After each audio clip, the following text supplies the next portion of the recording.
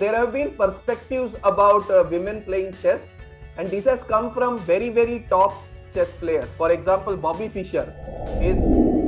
So he said that women are terrible chess players and suggested that they busy themselves with domestic affairs. And Garry Kasparov, one of the greatest chess players of all time, he said that there is real chess and women's chess. That is, women are underrepresented in fields whose members cherish brilliance, such as physics and philosophy. Here, in that article, they show that these stereotypes are endorsed by and influence the interest of children as young as 6. This is startling. That you ask Susan Polgar said this. She said that when men lose against me, they always have a headache or things of that kind. I have never beaten a completely healthy man. There was this article in Mint which read something like this: why women lose at chess. And there is a huge rating gap that exists between top women and top men chess players. If you take the average of the top 10 chess players, women and men, you can see that there is a gap. There is a big gap. And this is how FIDE compares the strength of different countries in terms of whether there is a gap between their top men chess players and top women chess players. They take the top 10. Okay? The question that we need to ask is not that why there is a gap between the top male chess player and top female chess player. The important question that we need to ask is why there is a gap in the number of males playing the game and number of females playing the game. That is a more important question. And the hope is that if we try to fix that gap, maybe it will also try to bridge the gap that exists between the top chess player and the top male chess player and top female chess player. So we are going to talk about gender differences and performance. So we are going to look at the relationship between gender and how it impacts performance. But we are only going to talk in a very specific domain. We are only going to talk about gender differences in performance in intellectual domains. We are not going to talk about gender differences in let's say, physical events or physical sports. In 2020, there was this article in Mint, which read something like this: why women lose at chess. And there is a huge rating gap that exists between top women and top men chess players. And then the article tries to explore what could be the ways by which we can reduce the unequal access. So one of the main reasons why there is a huge gap between men and women chess players is that there is a gap in the level of participation. That is, more men tend to play chess and women tend to play chess on a smaller scale. I'm talking about at a professional level. So the question is, what is holding the women back? And there were some aspects of this discussion in the article, which led to a lot of discussion on social media, which led to a lot of discussion that followed after this article. And in fact, last year there was this Netflix series called the Queen's Gambit, and Queen's Gambit kind of started discussions around gender inequality in chess. And why I selected chess, because there is a lot of data available and we can look at the same question through the lens of data analysis. So that's why I picked this. And it also has impact on many other domains, like why there are very few female physicists as compared to male physicists, why there are few female mathematicians as compared to male mathematicians. So all these are very important questions that we try to ponder upon. And as you might have heard in the first day, on the first day, It's not just the case that it's true in India, it's true all over the world. When we talk about mathematics or physics or music composition for that matter, you will see that there are more males who compose music than females. So I'm only looking at one particular domain and trying to explain to you how we can use data analysis to understand these questions, or at least they take some dive into this particular topic. So if you think about chess, it's a highly male dominated sport, and what happens in chess is that there is a body called as FIDE. It is the international body for chess. Now these are the top 10 male players. These are the top 10 male players, and there is a rating assigned to it, everyone. Okay, higher the rating, higher will be the rank. That means 2856 is the rating, 2804 is the rating. So if you play well, if you win against your participants, against your then you will see that your rating goes up. Your rating goes up. So your rating is directly dependent on how well you play, whether you win or you lose. You win against a higher ranked player or you win against a lower ranked player, and so on. Okay, so those are the things that affect. But even if you don't know that, what is important to note is, okay, what do these numbers mean? Higher numbers means better player. At least from a measurement perspective, that is what we know. It may not be the correct parameter of measuring, but as of now, that is how we measure. As of now, that is how we measure the quality or the ability of the person. But now, if you look at the top 10 women chess players, you see their ratings. So you can see that the top rated female chess player is 2658 and top rated male chess player is 2856. Okay, the top rated women chess player is 2658 and top rated male chess player is 2856. Now naturally the question is why is it the case that there is a gap in the performance of the two groups? Because chess is something where we would not expect any biological differences to affect the outcomes. So naturally we are interested in why. And if you look at the Hu Yifan, who is the top female chess player, she is ranked overall 83rd in the world. She is ranked overall 83rd in the world. So top 82 players are all males. The 83rd player is a female and she is the top women chess player. In fact, Hu Yifan is a very inspiring personality. You can see that she was only born in 1994. She is extremely young, and she is one person who is also involved in academics. So she has done her masters in public policy, I think from UK, if I am not wrong. And then she is a physical education instructor. So she wants to popularize chess in China, for example. She's an inspiring personality. In fact, she is one of the very, very strong all-time women chess players that we know. She will be the top chess player for quite some time because she is really good. But she is not just focusing on chess. So there is this discussion that goes around in chess circles that yes, Hu Yifan will be, if she wants to be the top female chess player, she doesn't have to do anything. She will continue to be that. But if she really wants to become the best player that she has the potential to become, then she needs to focus only on chess, which she is not doing currently. But the point I want to make is, even if she is such a brilliant player, she is 83rd on this list. So the question is, what is happening And can we try to understand a little bit more? India's #1 women chess player is Koneru Hampi.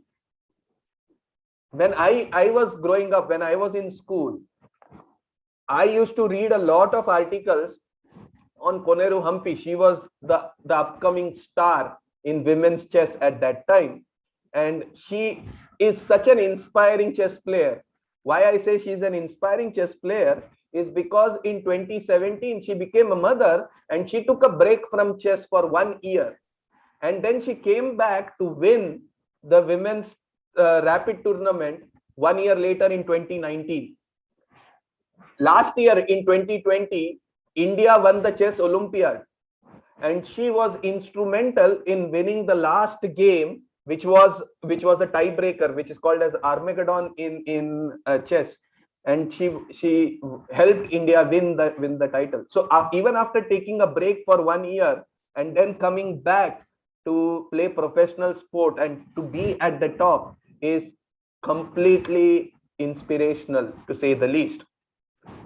But if you see her world rank is 270. She is the 3rd top chess player in women's category. So you can imagine that there is a wide gap in women's men and women chess achievement. This is a picture of Judith Polgar.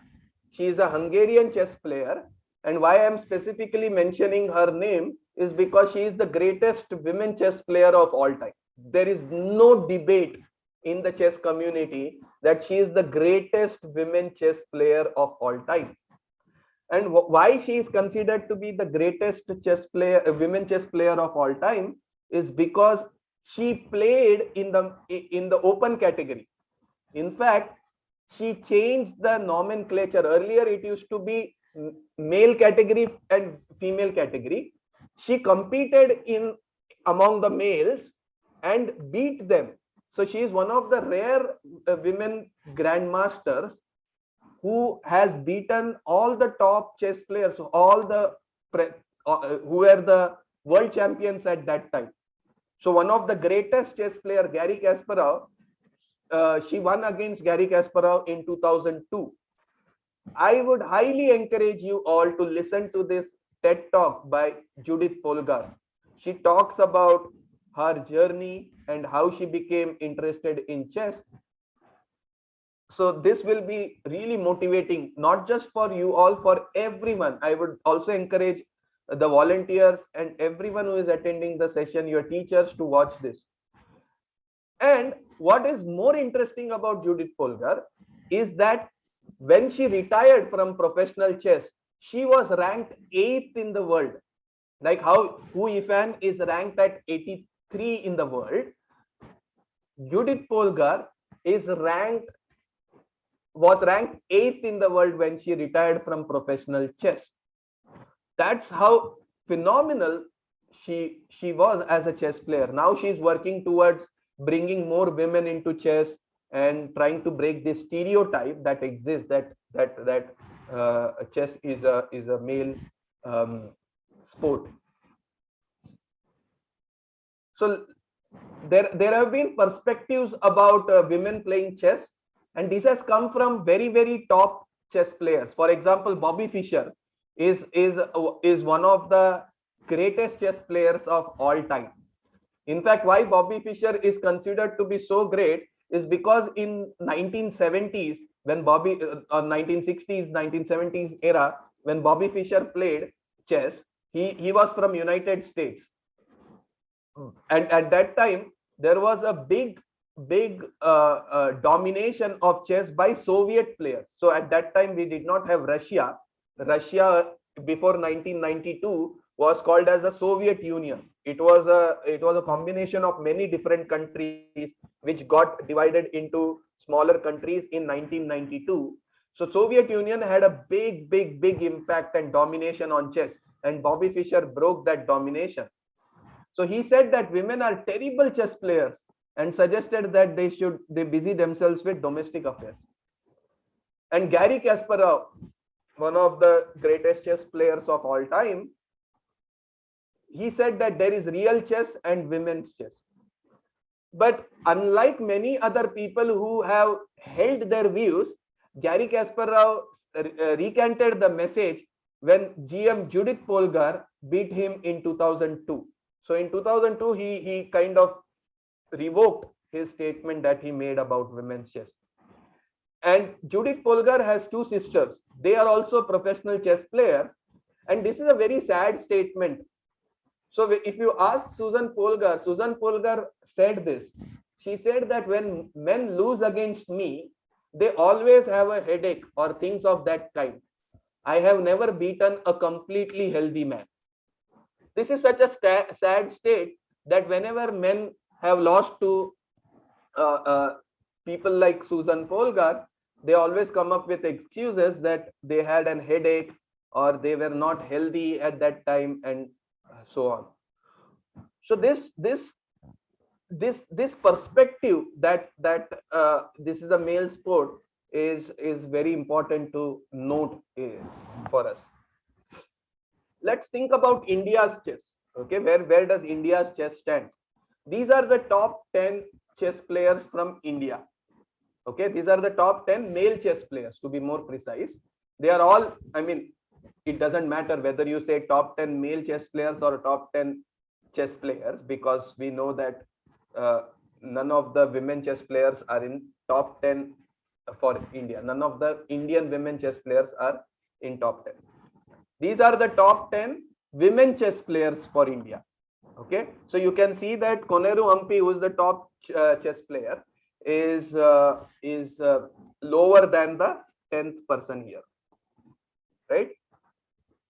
So Koneru Hampi and Harika Dronawali both have been awarded Padma Shri. So they both are Padma Shri award winner. So Harika got it in 2019 and Koneru Hampi long time back, I think around 2007 or 2009. I don't remember 2007 or something. But these two people have been very instrumental in putting India on the map in chess. So if you take the average of the top 10 chess players, so this is an average. This is the arithmetic mean that you learn in your school. You just take the ratings, you add them and divide by 10. You do this, you take this, add them, divide by 10. So you can do it by hand. But it is just that when you have a lot of data, just to take the top 10 and all, you can do it more efficiently with the help of computer by writing a code. So all this I have taken. So this data, these are all actual data that I have taken from FIDE's website, downloaded it, did this analysis, created these tables and all. Okay. So if you can see, if you take the average of the top 10 chess players, women and men, you can see that there is a gap. There is a big gap. And this is how FIDE compares the strength of different countries in terms of whether there is a gap between their top men chess players and top women chess players. They take the top 10. Okay. Now, if we proceed, now if you look at Indian players born on or before 2000, if you look at Indian players who are born on or before 2000, there are 20,979 Indian chess players, out of which only 1390 are female and 19,589 are males. So out of 100, only 6.63 are females and 93.37 are males. So there is a big participation gap that exists between males and females to begin with. So to start with, you have more males than females. If you look at Indian players born after 2000, you can see that the situation is improving. Situation is quite better than what we had in players that are born before 2000. So there is more awareness, more females are taking up this sport, which is an encouraging sign, and I'm only hopeful that this will become better in future years. Now if you look at the average ratings This tells a very different story now. So earlier we looked at top 10 chess players and we looked at their average. We saw that top 10 male chess players average was better than top 10 women chess players. But now if we take the average, this I'm looking at players who are born before 2000. This is where your domain specific knowledge or reading about the subject helps. Why I am not considering the players who are born after 2000? Because they are so active that their ratings fluctuate a lot. So I don't want to include them because we will not get a reliable understanding of what is happening in terms of averages and all, because they fluctuate a lot. Whereas people who are born before 2000, their ratings are quite stable because they have played so many matches that their ratings will not fluctuate. So the question that we are trying to understand over here is, why do we see there is a gap in the performance of the top men chess players in India and top women chess players in India? So we try to dig deep. So one explanation could be male chess players are better than female chess players. Maybe there is something about biology, maybe there is something about brains that help men more than women. That is one possibility. But the second possibility could be that there are more male chess players who play the game. So naturally, if there are more men chess players, then they are likely to rise to the top. Is that the case? So we dive deep into the data to find, okay, let's look at the participation rate first. Because when the participation rate is so drastically different, it may not be appropriate to compare the top chess players. But if you look at the average ratings of the male chess players and female chess players, in fact, the female chess players are as good as the male chess players, or in fact, here it is slightly better. Yes, Arya, you have a question? Sir, not a question, but I read a similar article on the net where not just in chess, but any field, it was shown that men tend to be on the two extreme sides, that they tend to be either like very good at a certain thing or like very bad. But women tend to be at the like averages. They tend to be, the difference in their intelligence tend to be relatively same as compared to males. So could this be one of the reasons why we see that the top 10, the ratings of the top 10 men are better than women, but excellent the point. average is better? Excellent point. So yeah. So what you are saying is, if you look at this average and the average of the top 10, there is not much variation. But if you look at male mean ratings and the top 10 male chess players rating, there is a lot of variation. So women tend to have narrower distribution. So there is not much variation in their performance. Males tend to be all around the park. So again, the reason being that there are more males participating, so that leads to more variation. Females participate less, so only the ones that are, you know, they are much more focused, so to say, when they come into this field. So the question that we want to ask is, what happens to this participation rate? How can we look at the participation rate? So think about this. So let's do a thought experiment. Let's say, okay, what can we say? Let's say there are 10 players, okay? There are 10 players. And let's assume that the rating can go from 1 to 100. 1 to 100 is the rating. So there are 10 players, out of which 9 are male players and 1 is a female player. 9 male players and 1 female player. Okay. What I'm going to do now is I'm going to randomly assign the numbers to male ratings and female ratings. So I'm going to take 9 male players. They will not play chess. Okay. I'm going to randomly give them ratings. I'm going to randomly give them ratings. And that rating can range from 1 to 100. Okay. And then we will take the top number from that category. Or let's say 9 and 1 may be a little more extreme. So let's say 13 players. Okay, 13 players, out of which 9 and 1 should work because that is the actual data. Yes, but you know, it's a small sample, so that's why I'm trying to be a little more careful. So 11 players male. That was my thought process behind taking 9 and 1. And let's say 2 players who are female. Okay.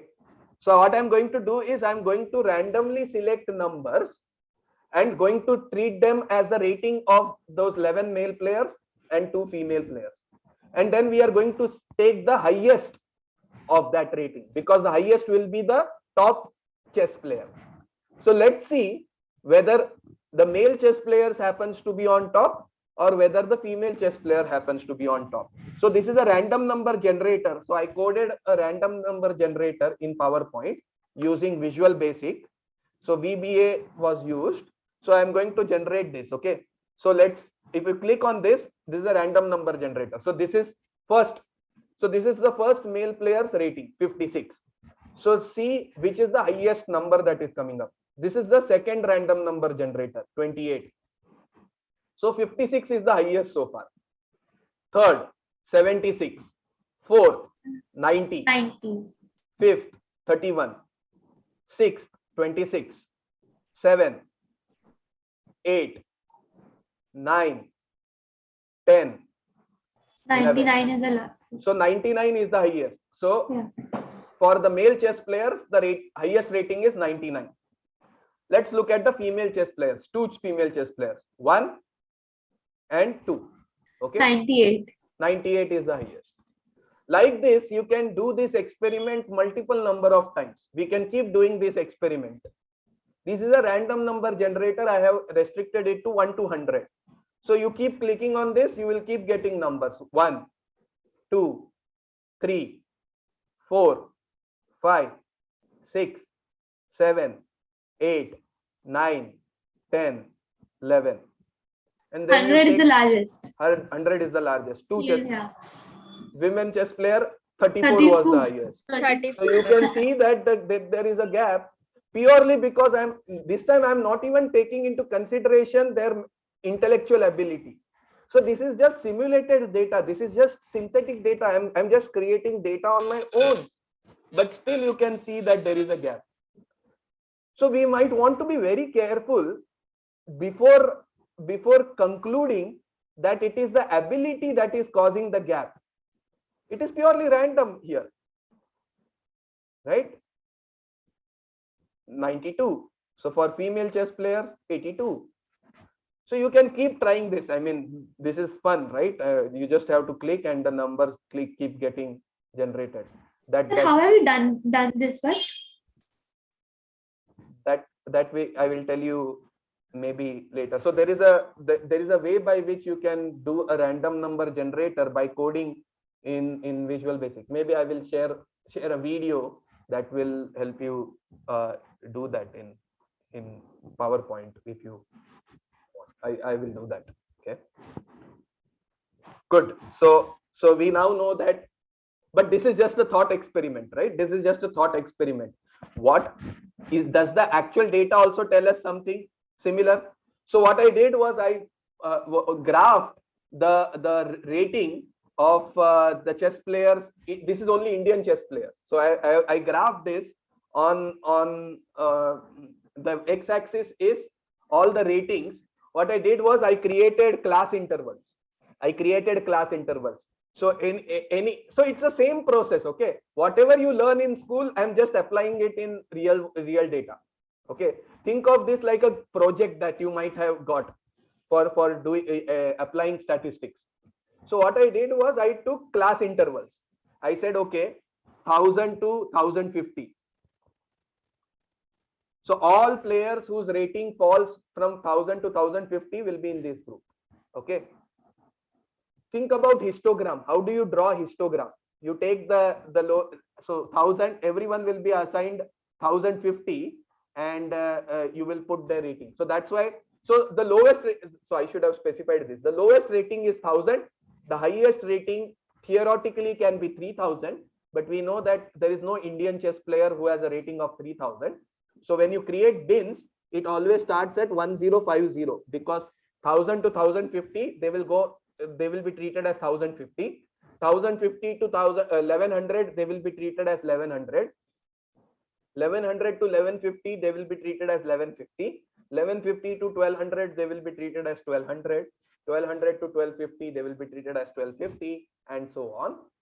So Vishwanathan Anand is the highest rated Indian chess player at 2751, and so his rating of 2751 will be treated as 2800, because we are creating these bins of 2750 to 2800.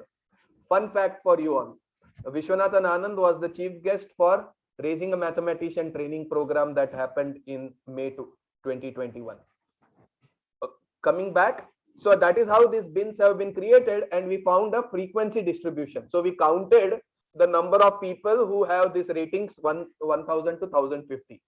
So if you draw the frequency distribution, so on the y-axis you see the number of players. So there are 500 players with a particular rating, 1000 players with a particular rating, and so on. And then this blue one is for the male chess players. This blue graph is for the male chess players. And the red one is for the female chess players. The red one is for the female chess players. This is male, this is female, and this one is male chess players. And you can see that for the female chess players, there are lower number of people in each category. Whereas in males, you can see that there is a lot of fluctuation. There are many players who are at the bottom, and there are few players at the top. This is what Arya was saying some time back about how was that Arya or was that someone else who mentioned about? Yes, sir. Arya. You had mentioned that male generally tend to have very wide distributions in their performance, whereas females tend to have narrower distribution. This is kind of showing that. But this is telling us more is the fact that there is a wide participation gap, because let's see what happens when you take into consideration the proportion of chess players. So now what I did was I took the proportion of chess players within that category. So I took the number of players who have the rating 1050 and divided it by the total number of players in that category. So now if you see, now you can see that there is not much difference in the two graphs. So once I account for the proportion, then the gap seems to reduce. So it's not necessarily the case that the two groups differ in ability, but it's important from statistical viewpoint to account for the difference in the participation rates of the two groups. That is the starting point that we need to use before we jump into discussing anything. So use of statistics and using it in a correct way is extremely important. Generally, what happens is when we think about players of a particular sport, we only tend to focus on the top players. And based on the top players, we try to come up with certain hypotheses, or we come up with conclusions which may be quite premature. Here, the correct comparison is the mean, is the arithmetic mean of the entire group, because the entire group will account for the difference in the level of participation. If I only take 10 top chess players who are males and top 10 female chess players, the top 10 male chess players are coming out of a larger pool. The top 10 women chess players are coming out of a smaller pool. In fact, a bigger question that we need to ask is not that why there is a gap between the top male chess player and top female chess player. The important question that we need to ask is why there is a gap in the number of males playing the game and number of females playing the game. That is a more important question. And the hope is that if we try to fix that gap, maybe it will also try to bridge the gap that exists between the top chess player and the top male chess player and top female chess player. Now try to understand that this insight cannot be brought by chess players. This insight can be brought by people like you who understand mathematics, who understand statistics. So you may not be a chess player. That's not the necessary condition to analyze data. What is required is your enthusiasm or your inclination to learn how that sport works. So you don't need to be an athlete to help an athlete. You can help an athlete by analyzing their data, by doing analysis and helping them become better players. That's the same thing over here. You're trying to understand what are the systematic issues involved in participation of men and women.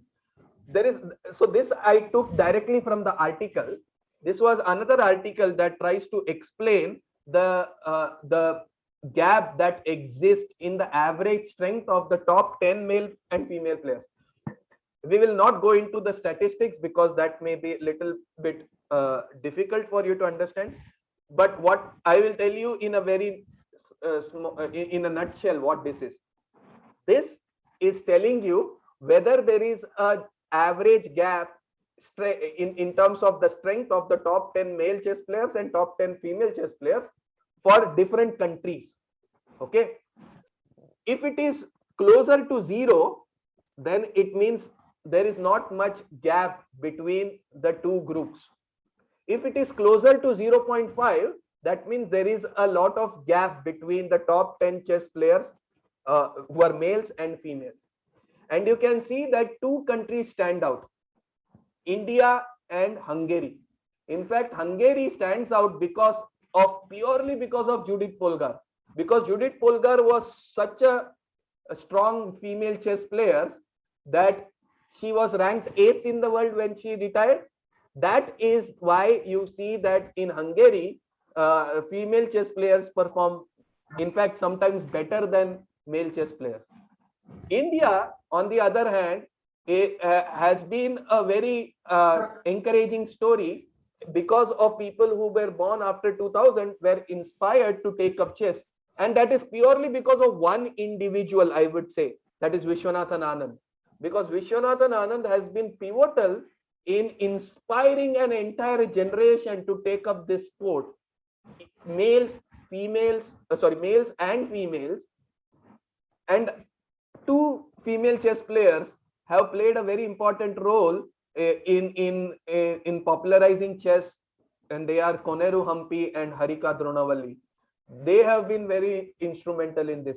So the point over here is that you as an individual have the ability to inspire a lot of people, and please use that strength whenever possible and use it to your best of your ability.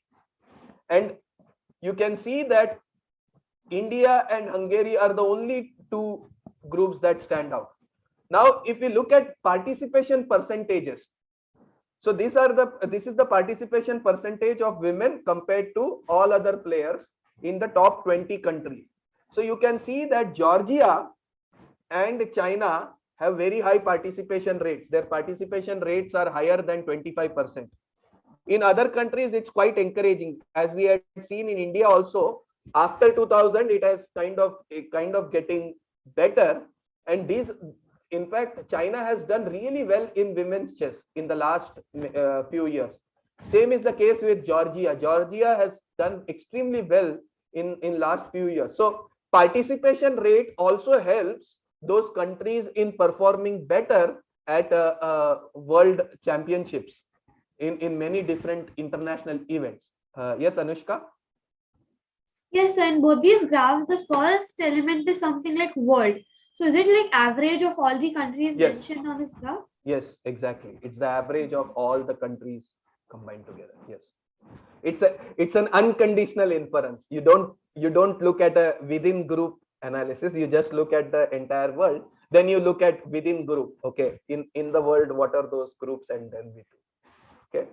So there is this paper. In fact, Sarah Jane Leslie is a faculty at Princeton, and her entire research is about gender. So she studies why there are gender gaps and tries to understand this. Now, there are stereotypes about intellectual ability, and these stereotypes emerge early and influence children's interest. There is a stereotype that uh, males are better equipped to do intellectual activities. So that is one of the reasons why people tend to self-select into these areas. So we have been bombarded with this notion that women are not good chess players. So that automatically impacts the women participating in the chess. So we want to understand what are the impediments in the participation rates. So what is phenomenal to me in this article, this is the abstract of that article, is that common stereotypes associate high intellectual ability with men more than women. Okay, this is a stereotype. These stereotypes discourages women's pursuit of many prestigious careers. That is, women are underrepresented in fields whose members cherish brilliance, such as physics and philosophy. Here, in that article, they show that these stereotypes are endorsed by and influence the interest of children as young as 6. This is startling, that a 6-year-old is kind of imbibing these social constructs that they listen to. Specifically, 6-year-old girls are less likely than boys to believe that members of their gender are really smart. So girls are less likely to believe that girls are smart, and boys are more likely to believe that boys are smart. Also, at age 6, girls begin to avoid activities said to be children who are really smart. So they have not been told that this is for males. They have been told that this is for smart people. So this smart people, so the girls think that, okay, we are not smart, so I'm not going to pursue this. So this finding suggests that gendered notions of brilliance are acquired early and have an immediate impact on children's interests. So these notions of brilliance are acquired early. So if I have to put this in a schematic diagram, so there are some field specific ability beliefs. The belief that the success in a field requires raw talent and brilliance. You know, if you have to be very good at chess, then you need this brilliant ability in the first place. And then there is cultural stereotyping, the belief that men are more likely than women to possess this raw intellectual ability. These two combined together can help us understand some of the academic gender gaps. Women are underrepresented in fields that emphasize the need for talent and brilliance. So wherever we say that, you know, mathematicians are brilliant people, then it naturally impedes women from going, because we are equating math with raw talent and brilliance. And then we are also, there is a stereotype that men are more brilliant than women. So naturally these two combined together kind of feeds into women's brains that, okay, I shouldn't take math because of this reason. So these are some of the social psychology that we are talking about. This is social psychology, because this psychology is not individual driven. This is a psychology driven by the society. So this is a part of social psychology. And then there is individual psychology. What is happening in our mind as an individual? So what are the potential mechanisms through which this occurs? Bias and discrimination, stereotype threat, lower belonging. So I feel that I'm not good enough, you know, that low belongingness that we have. Okay, in every slide I have also mentioned the link, so you can click on the link to read more into that. So this slide deck is more like a summary of various articles.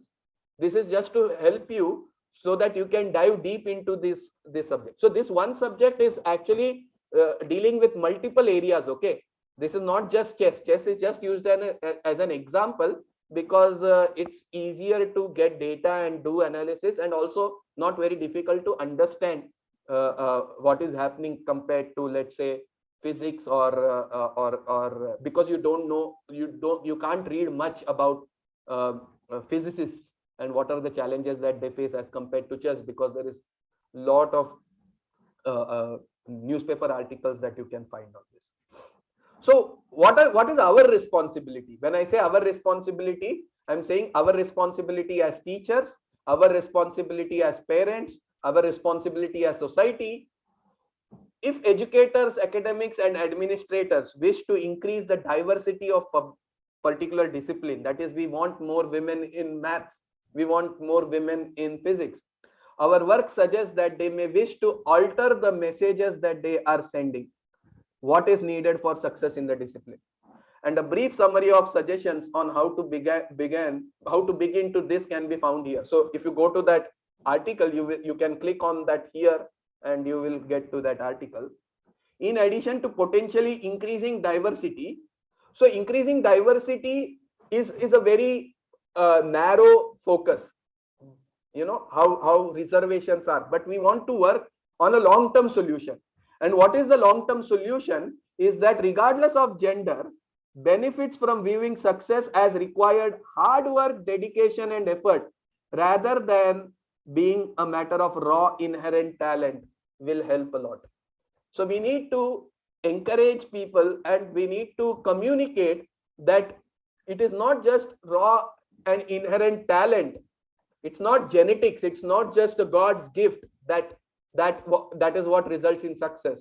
But the fact that your hard work, dedication, and effort can contribute towards success is an important ingredient in your success, is an important communication that we need to make to kids extremely early on. Not as we can see that probably this camp is little too late to kind of communicate these things, but I hope that this is a message that you take away and you say that okay, this stereotyping is not true, and I want to enter into these fields which are really interesting to me, and I can achieve the success through hard work, dedication, and effort.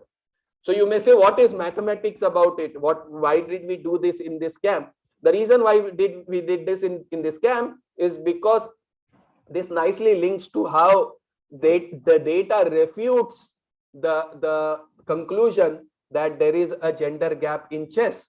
So that could only be refuted if we analyze the data. So there was a role for mathematics in the session, and we are trying to understand how we can reduce the participation gap.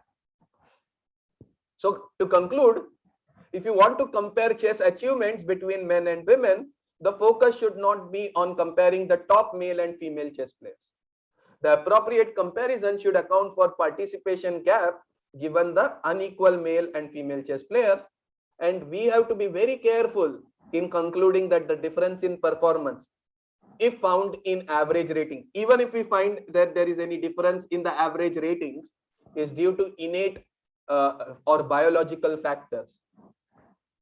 Accounting for systematic biases female players had to overcome, they definitely don't seem to be underperforming.